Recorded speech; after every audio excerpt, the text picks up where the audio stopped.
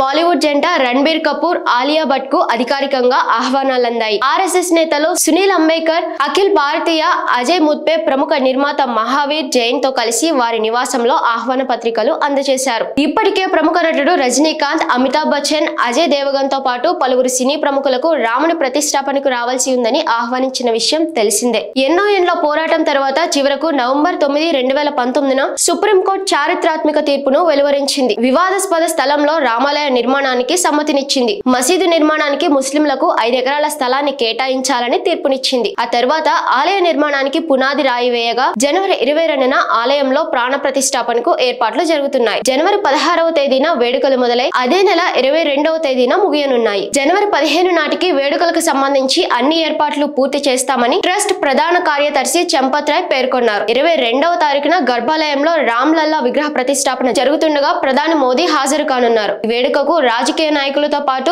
బౌద్ధ మత గురువైన దలైలామా, ముఖేష్ అంబానీతో పాటు నటీనటులు, ప్రముఖ శాస్త్రవేత్తలు, మరికొంతమంది ప్రముఖులు హాజరు కానున్నారు. మరోవైపు అయోధ్య రామాలయ ప్రారంభోత్సవ నేపథ్యంలో దేశమంతా వేడుకలు నిర్వహించుకుంటున్నారు.